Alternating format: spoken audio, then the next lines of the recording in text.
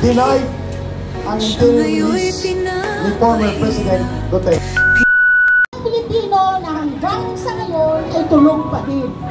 Ako po ang ilaw ng tahanan na nandito ngayon nagsasalita upang manawagan din sa bawat ilaw ng tahanan na nagtitiis sa bawat presyo na araw-araw. Nakakasalamuha ang mga bilihing mahal na hindi na kaya bilhin ng mga ordinaryong Pilipino. So bilang isang ilaw ng tahanan, napakasakit dahil sila malita-malitang bag, easy-easy lang nila kunin ang pera ng mamamayan.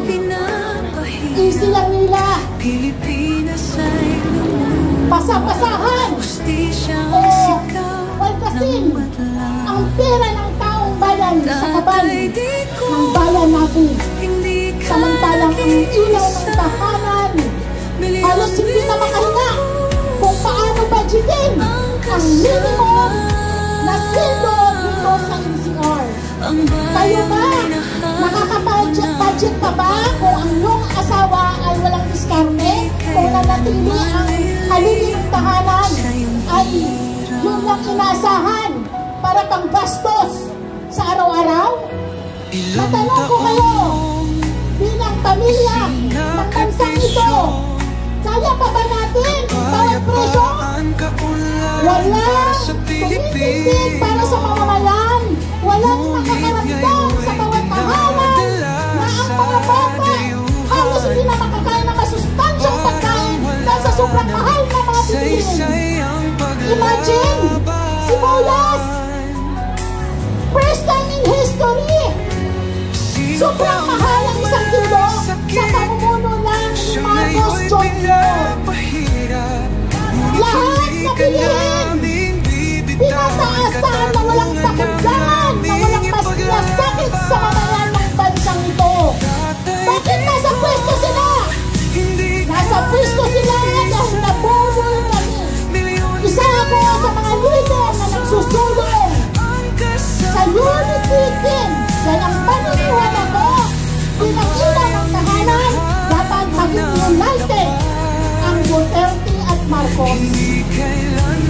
Napakalawak ng aming imahinasyon pag ang dalawa na lang magsama, magtandim at magkaisa, magtrabaho para sa mamamayan ng bansa at iaangat muli tayo dahil sa unity na yan. Pinakata ng mamamayan ng bansa ito ang unity ng bawat taong sumuporta sa kanila. Ako ay isang leader ng unity team. Sobra ako sa kahinatnan ng maling pagpalit namin sa isang Pangulo na wala pa ng bayan, walang malasakit, walang konsensya, walang pakialam sa mga nangyayari sa bansa. Kung tunay siyang Pangulo, dapat ramdam niya bawat hinain na maliliit na tao ng mga bawat pamilya na hindi na kayang tustusan ang pagkain ng tahanan dahil sa sobrang mahal ng bilihin. Kung tayo ay tunay na Pilipino, una ang gagawin natin, respeto, pagmamahal sa kapwa natin, at magtutulungan. Subalit sa kanyang liderato, nawala ang ganong salita. Pakiramdam namin, kami yung mga leader na nagpahamak sa bansang ito dahil kami ay napudol.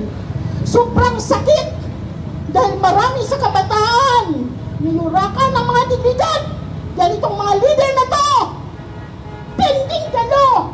Do you imagine? Sa isang mumuno ng administrasyon na to, ngayon lang ako nakarinig na mas mataas sila sa batas, na pwede nilang baliin ang batas. Yan ba ang dapat mamuno sa bansang ito? Anong klaseng mga public servants sila kung ang kanilang sarili ay abusado, kung ang kanilang sarili lamang ang naririnig nila ipatupad ang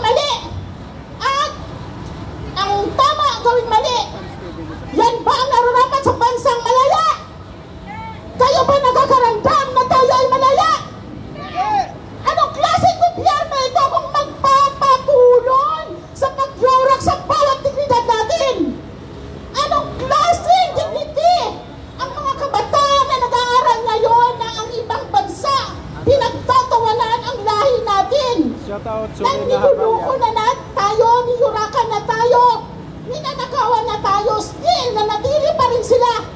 At walang handang bumaba. At patuloy tayong ginagago. Diba? Ginagawa tayong tanga.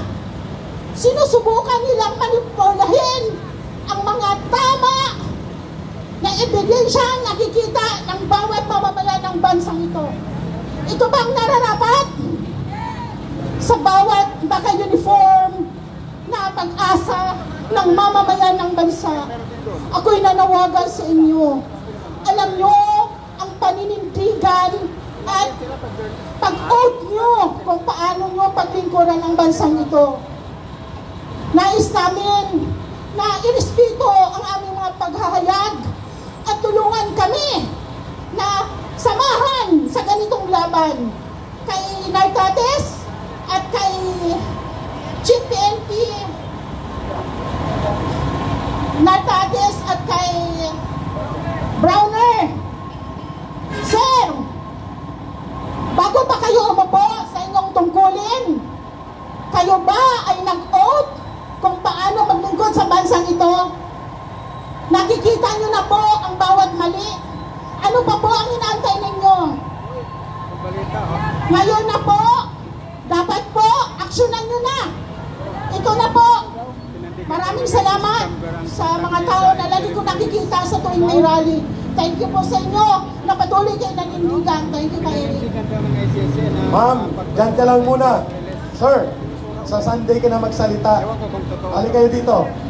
Mga kababayan, dito na natin tatapusin ang pagtitipong ito sapagkat malungkot ang balita. Denied ang interim release ni former President Duterte. Ang ICC ay racist at ito ay impluwensyado ng mga komunista. Ang ICC ay isang colonial instrument ng mga bansang Europeans. Hindi nga ito kinikilala ng Estados Unidos.